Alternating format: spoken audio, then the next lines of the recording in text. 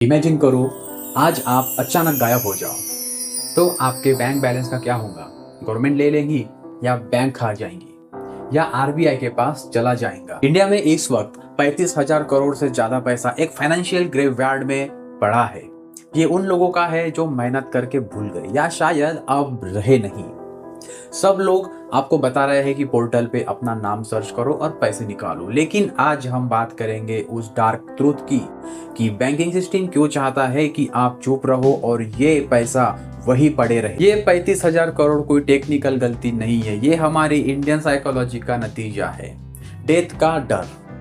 हम इंडिया में नॉमिनी की बात नहीं करते, लगता है शुभ नहीं है।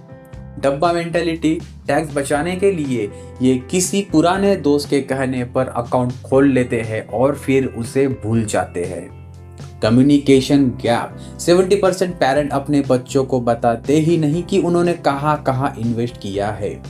फैक्ट ये है कि अनक्लेम डिपॉजिट बैंकिंग सिस्टम की फेलर नहीं, हमारे साइलेंस का टैक्स। एक सीक्रेट बताऊं, बैंक के लिए ये अनक्लेम पैसा एक ब्लेसिंग है। 10 साल तक ये पैसा बैंक की बैलेंस शीट में रहता है।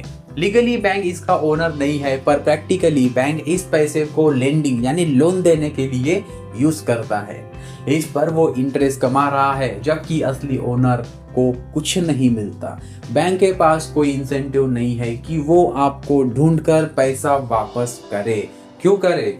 जब तक आप नहीं आओगे पैसा उनका फ्री फंड है। जब 10 साल तक कोई क्लेम नहीं आता तो बैंक को ये पैसा आरबीआई के डीईए फंड में भेजना पड़ता है। लोग कहते हैं या लोग सोचते हैं कि आरबीआई ये पैसा खा गया, बट नहीं, आरबीआई सिर्फ एक कस्टोडियन है। आपको एक मजेदार बात सुनाता हूँ, सुनिए। आरबीआई इसी अनक्लेम पैसे के इंटरेस्ट से वो आरबीआई कहता है वाले ऐड चला रहा है। मतलब आप ही के भूले हुए पैसों से आरबीआई आपको याद दिला रहा है कि पैसा मत भूलो।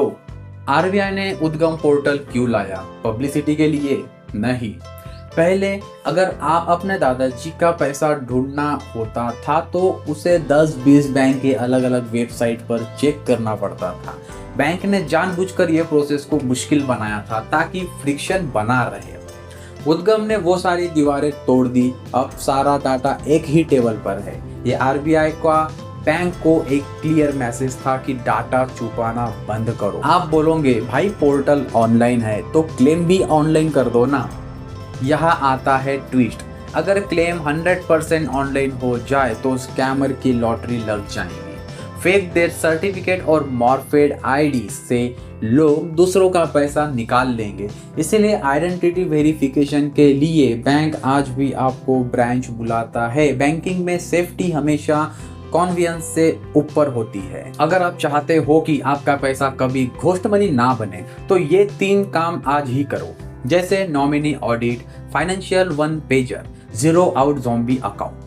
तो देखिए नॉमिनी ऑडिट मतलब क्या होता है। अपने बैंक ऐप में चेक करो नॉमिनी है या नहीं।